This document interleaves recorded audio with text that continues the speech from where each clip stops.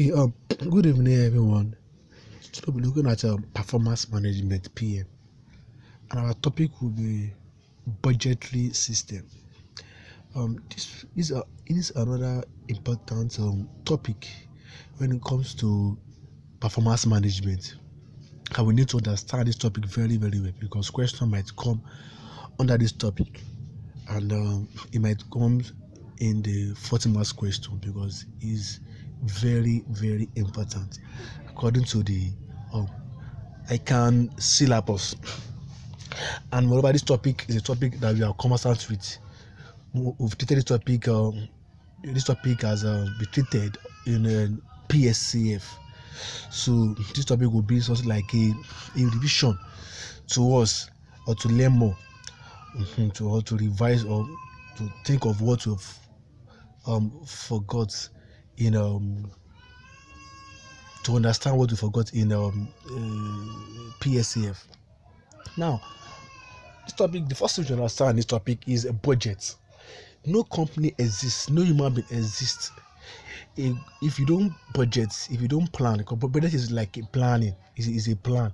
If you don't plan, then you plan to fail. So most people plan. So like human being plan. So if you don't plan, I don't know how you achieve your goals without planning. That is, every organization has make budgets, and then budgets for every items. So we want to understand how to prepare that budget, how that budget run. Even a country also prepares budget. Now, what is budget itself? Budget is a qualified plan of actions for a forthcoming accounting period. I mean, budget is for a future period. A budget is for the coming period. Now, and budget is a qualified plan of action for a coming accounting period. Most usually, budget is for 1 year. That is usually for 1 year. Though we have budgets for a day, budgets for 2 days, budgets for 1 month, budget for quarterly or weekly budget. So it depends on how the organization or the individual wants to prepare its budget. It is for a specific period of time, typically 1 year. It defines the resources and the commitments required to fulfill the organization or individual goals for the budgeted period. A budget can be set from the top down, that is the imposed budget, or from the bottom up, that is what we call participatory budget.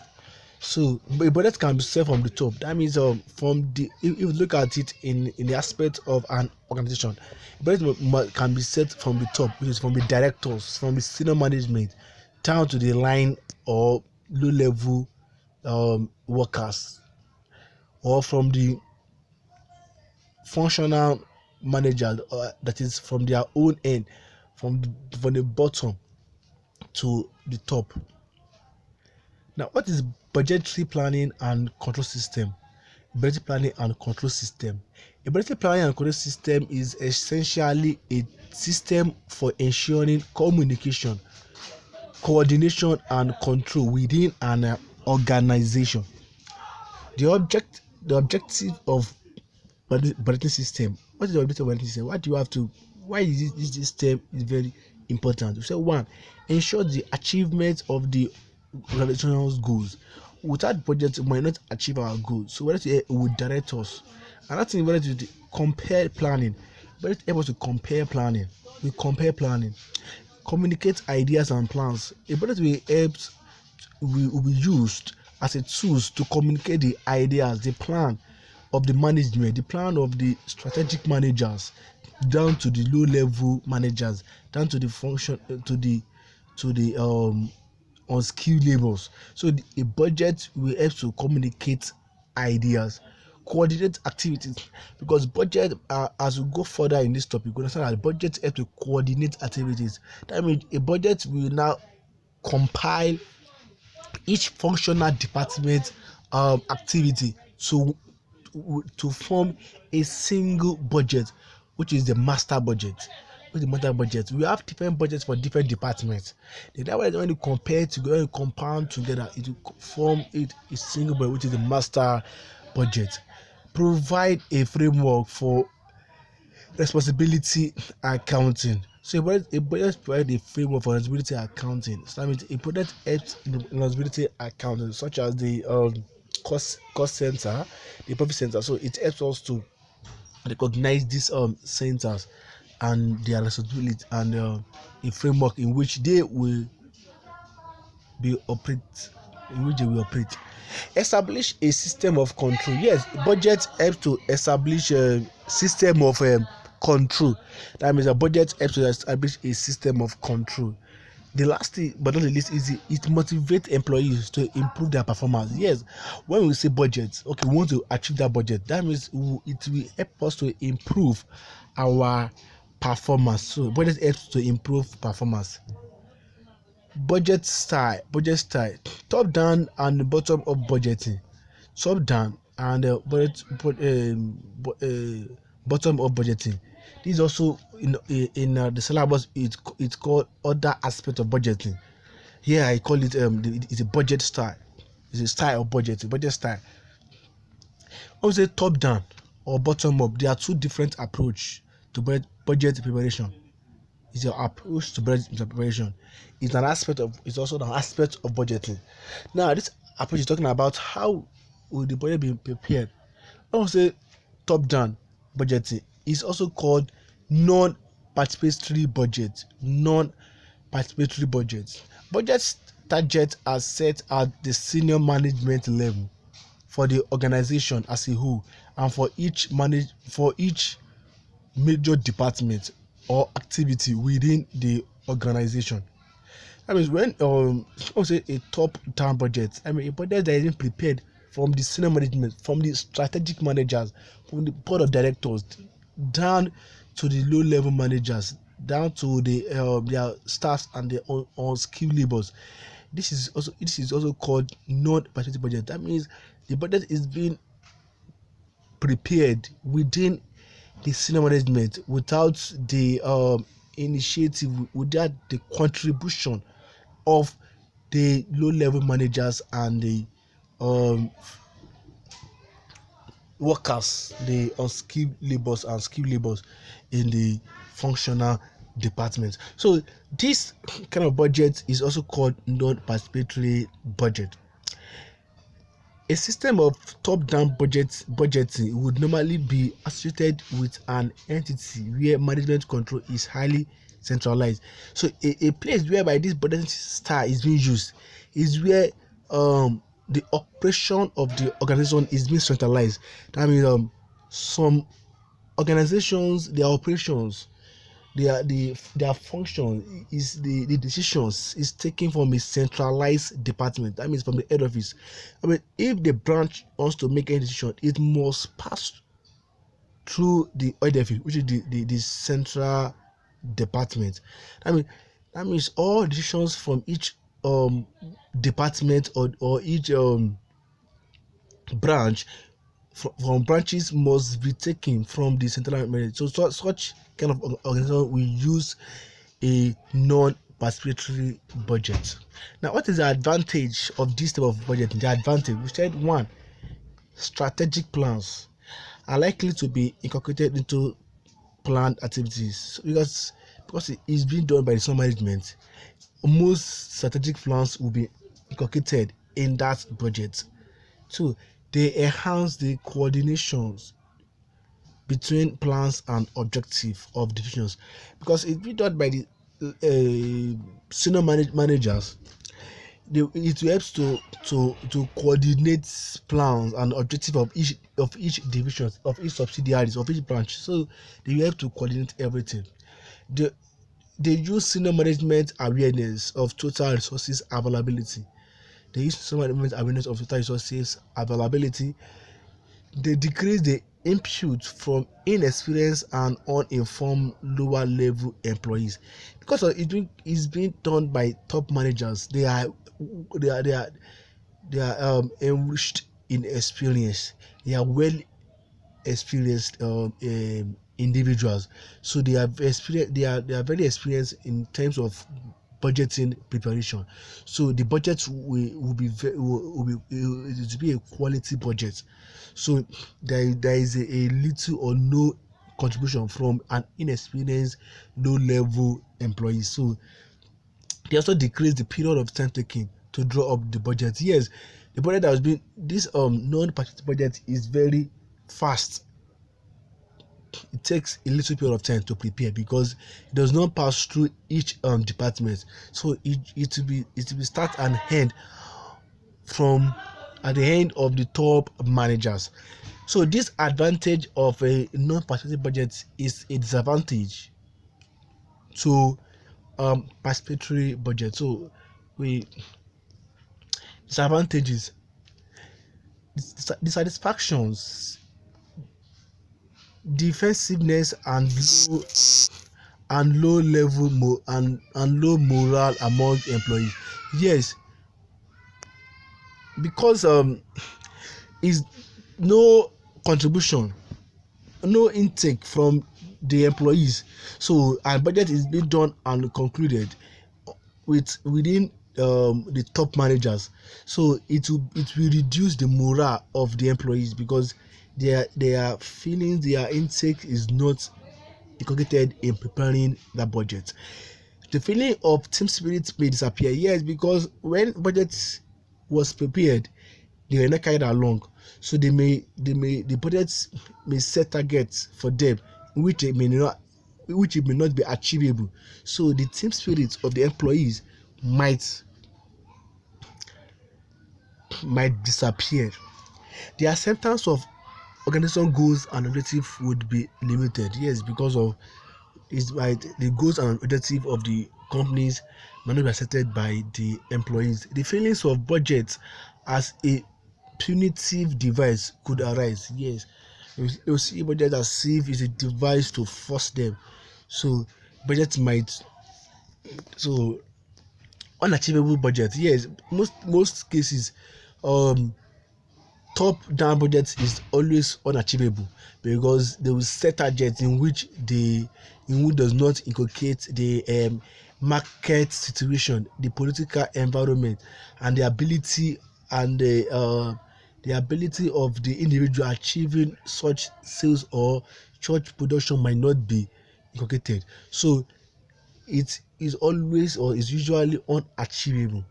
Low level management initiative may be stiff. Yes, because their initiative may be stiff because when they are not taken along in preparing the budgets, they will not be experienced in terms of preparing budget. So it will not boost their learning. So the bottom of budgeting, the bottom of budgeting is also called participatory budget. Participatory budget. The budgeting process starts at a relatively low level of management. So a budget whereby that is being starts from the low level management or low level managers, from the floor managers, that means is down to the senior managers, is called a bottom up budgeting or participatory budget. The managers are required to draft a budget for their area of operation. So it's being drafted from each department first.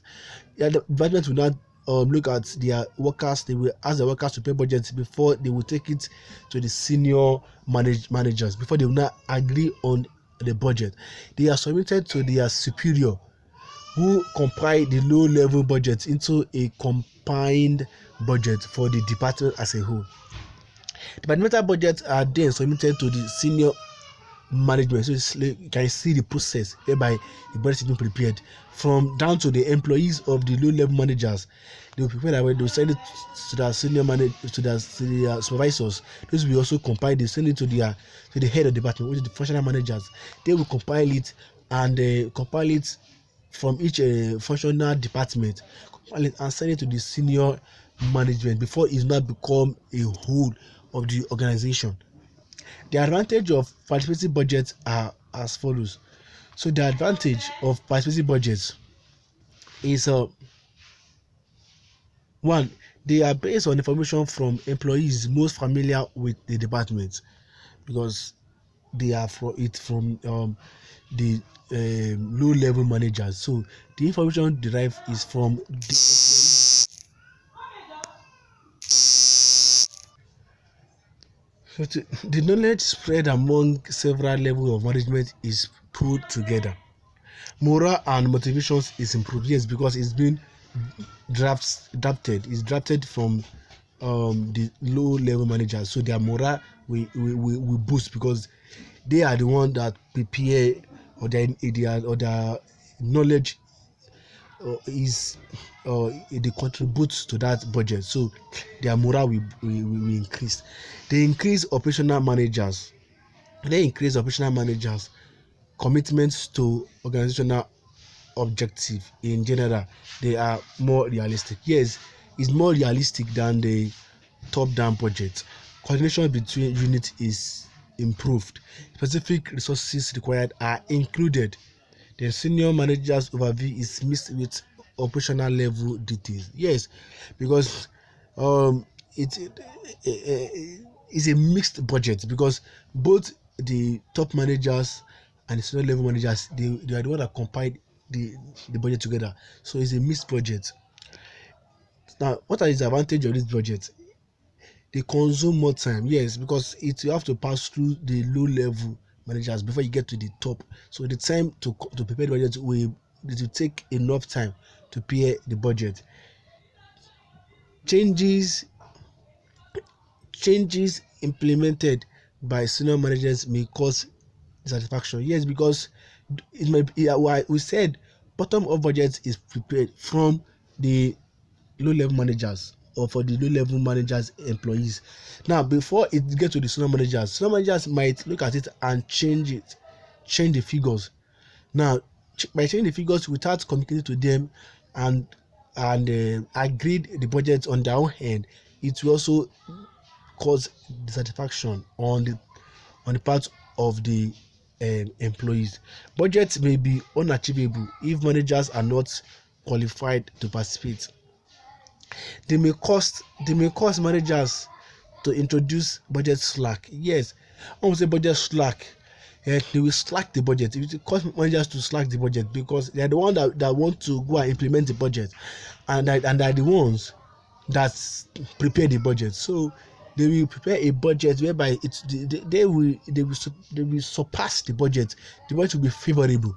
That means when let's use sales department as an example. Sales department will prepare a budget. If, for example, the actual sales that they might sell, they might achieve, let's say, is 2 million. A budget slack means that they will reduce the sales to like 1.5 million. That's what they will write, that this is what they can achieve, and then at the end of the day they will not sell 2 million. You see, that means they supersede the budget. It will look as if they did well. It will look as if they performed very well. Meanwhile, they just reduce the budget, they slack the budget in order to achieve their goal. If it's for cost, they will increase costs, because if they at the actual level, they will now achieve lower costs. It's not as if they are favorable, or it's not as if they perform very well. They can support empire building of subordinates. At earliest starts to the budgeting process could be required. Negotiated style of budget. This one is between between top and um, uh, bottom managers. At the two extremes, budgets can be dictated from above or simply merged from below, but in practice different level of managers often agreed budget by a process of negotiations. In the imposed budget approach, operational managers will try to negotiate with the senior managers the budget targets which they consider to be unrealizable, unreasonable, or unrealistic. Likewise, senior management usually reviews and revise budget presented to them under a participatory approach through a process of negotiation with low-level managers. So the final budgets are therefore most likely to lie between what top management would really like and what junior managers believe is feasible. So when a budget is being done by this, so both of them they draw ideas together and they agree on a particular figure. We say that such a budget is called what? A participatory budget, because a participatory budget it's just like it flows from the a negotiated budget is it flows from the participatory budget, where both managers they agree on the figures in the budget. Top down budgets tackle much less time and planning effort than bottom up budgeting.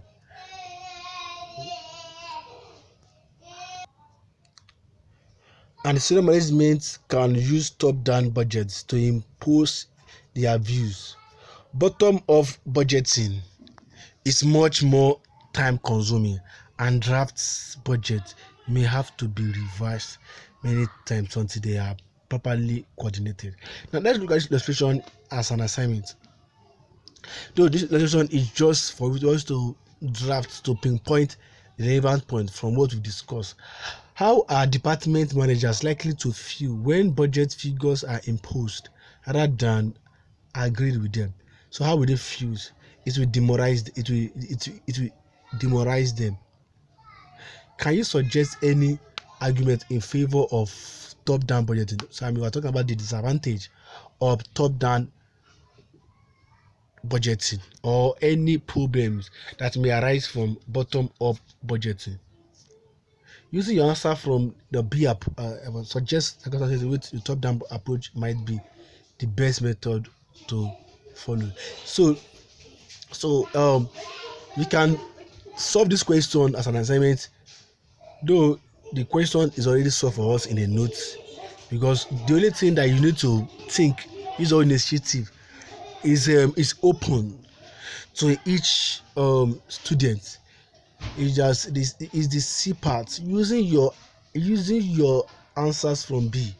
That means from the advantage I gave to us, suggest circumstances when a top-down approach might be the best method. So which you can tell us when the top-down will be the best method of budgeting style or aspect of budgeting which the organization should use. Let's talk about budget committees. A budget committee is made up of members of senior management that oversees all the budgetary matters. A typical budget committee includes the chief executive officers, the head of strategic business units, and the chief financial officers. These are when the budget committee. Budget committee is made up those senior levels managers, that is the board of directors, down to the CEO, to the MD, down to each strategic business unit. They are head. The head of each department is needed, and the finance controller. Now, what is the function of this committee? One, the committee sets or approves the overall budget goals for the organization. Is when they now say, okay, this is the goal of the organization. This is the goal we want to achieve. This is what we want to achieve in a particular year. Approve the final budgets. For example, if it's a bottom up, they are the committee. They are the one that will approve the final budget.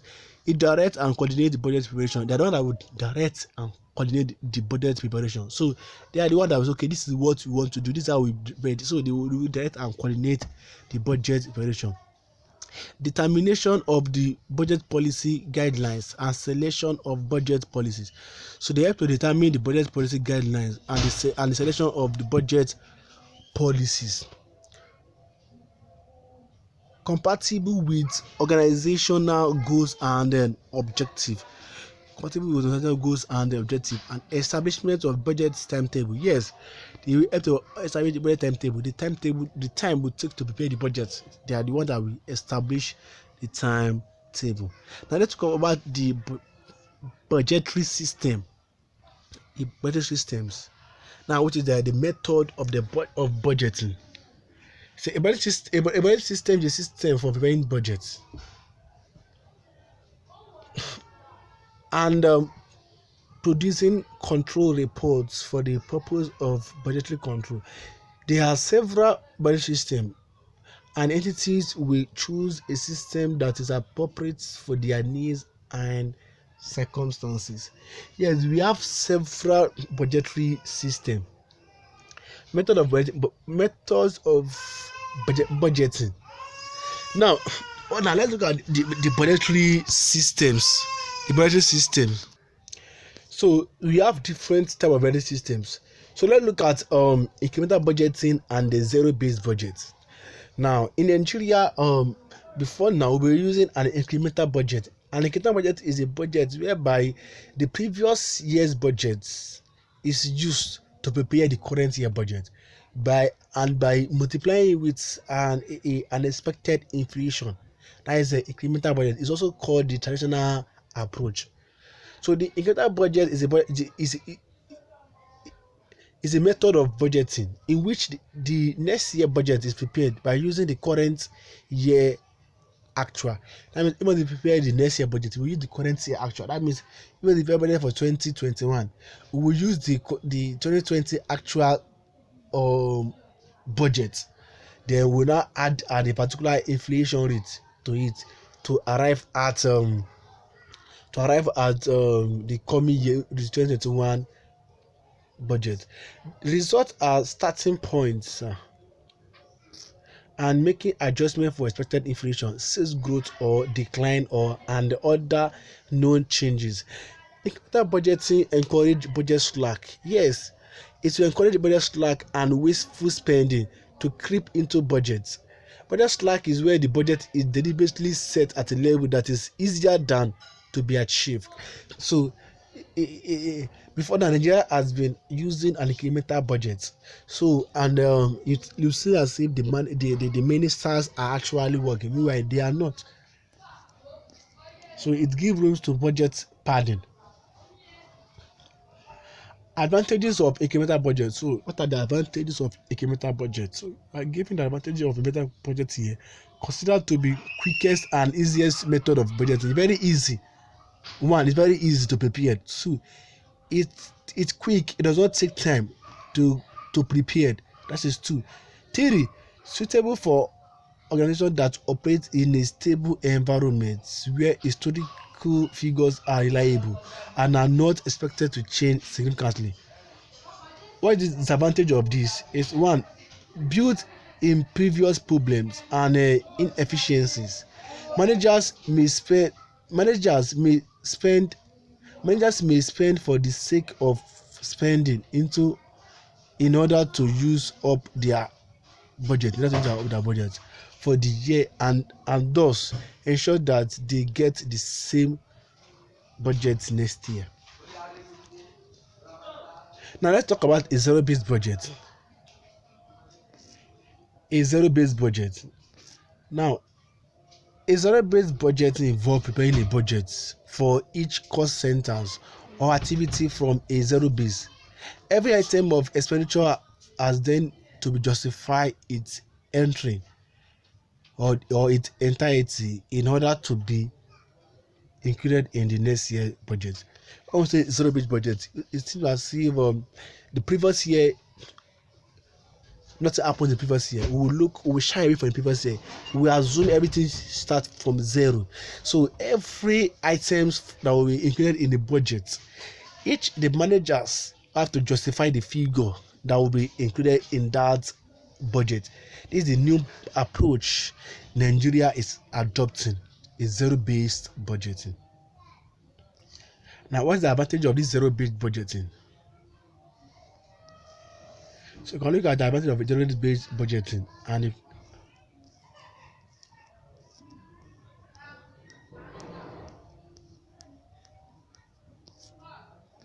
so the advantage of zero-based budgeting is that it is possible to identify and remove inefficiency or obsolete operations.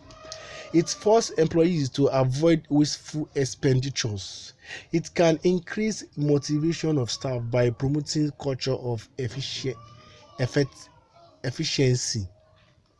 So, zero-based budgeting is very, very, very, very important. It's very, very good, because the advantages they are very much. So you can complete the advantages. See, you said it's challenge the status quo. In some, zero-based budgets result in more efficient allocation of resources. Yes, it's more allocation of resources. What is the advantage of zero-based budgeting? Zero-based budgeting is a very time-consuming process. It's time-consuming. It is costly because it takes more time. It is costlier. Planners need to understand the principle of relevant costing and decision making in order to compare properly the incremental cost and the incremental benefits of activities. Now, a person that wants to prepare investment, they must understand the relevant costing. So, if you don't understand relevant cost, you will not be able to prepare a good zero-based budgeting. Managers might see zero-based budgeting as a threat and an attempt by senior management to cut back their expenditure allowances in the next budget year. So, this is the advantage of zero-based budgeting. Now, implementing a zero-based budgeting, there is there are 3 steps approach to zero-based budgeting. One, define the items or activities for which costs should be budgeted and spending decisions should be planned. So you want to define the activities, evaluate and rank the packages in order of priority.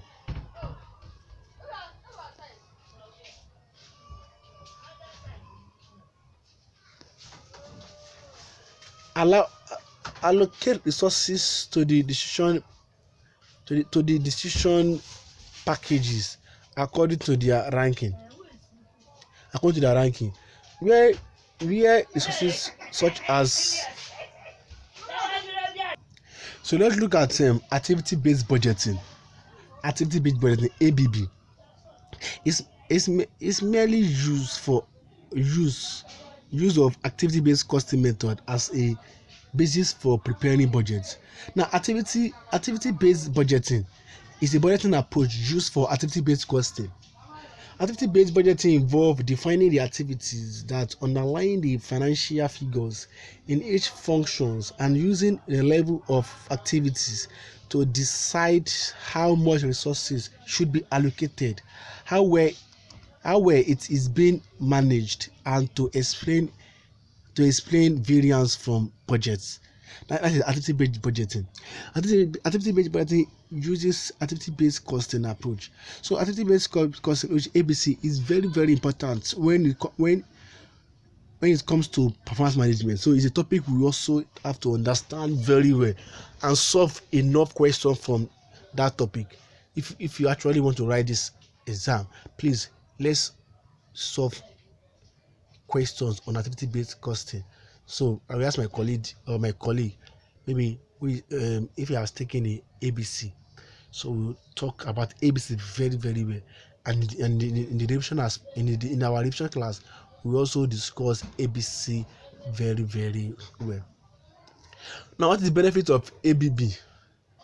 Now, one, the different activity levels will provide a foundation for the best package and incremental package of ZBB, which is zero-based budgeting.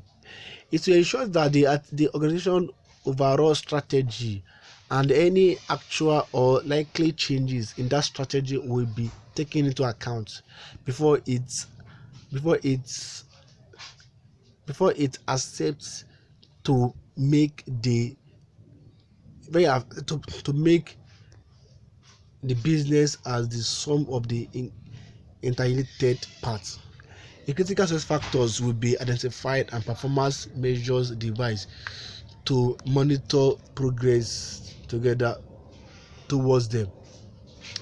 Because concentration is focused on the whole of an activity, not just its separate parts, there is more likely of getting it right from the right on the first time.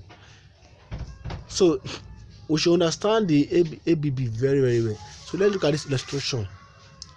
illustration is just is as simple as ABC, but I just want to use illustration to help us to understand the foundation of activity-based budgeting. You must have used activity-based costing to prepare your cost driver and cost pool and to analyze them. Then we use your so we are giving this a department SPI co. It has 4 major activities, namely we have receiving, delivery, material handling, production runs, and quality test. This is the major 4 activity level or department, and each of these activities, these are provided below along with estimated volume of the course period. So this question, we have to read the question again on our own. It's a bit of time, so I'll just explain the solution. I'll explain the solution so we can ask questions, and we will not be asking questions so far. So please let's try and ask questions if you are confused on a particular answer or a particular area. Let's ask questions.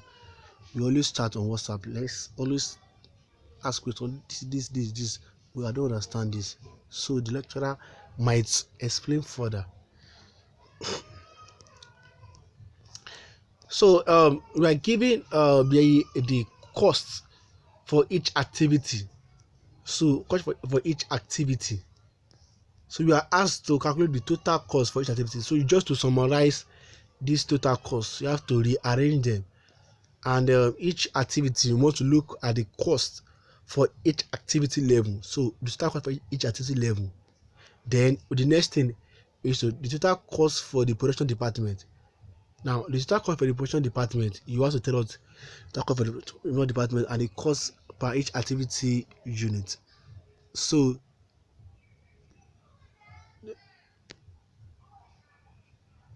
look at the solution to that question. Now this is the activity, the activity, the department which is receiving, material handling, production runs, quality test, admin, supervision, and the total. Now we are giving the cost driver, number of deliveries. So also we are giving that the volume, we are giving the volume and the figure we are giving. So we are told that the management salary is for only admin and supervision. So the total is 50. Why the basic wages is 7 for receiving, material handling, production runs, quality. So we have the figures, and the total is 30,000. The overtime, so we are also giving overtime in the question, and the factory overhead we are also giving the question. So the total for receiving material handling is given, while the others, the total for each of them, when we add it together, we give us 17. Here it will be 9. Here will be 15. Here is 7.5. Then when you divide them, you get the cost per activity unit, which is what 56.67 for receiving delivery, then 22.50 for material handling, and so on. So this is the solution to the question.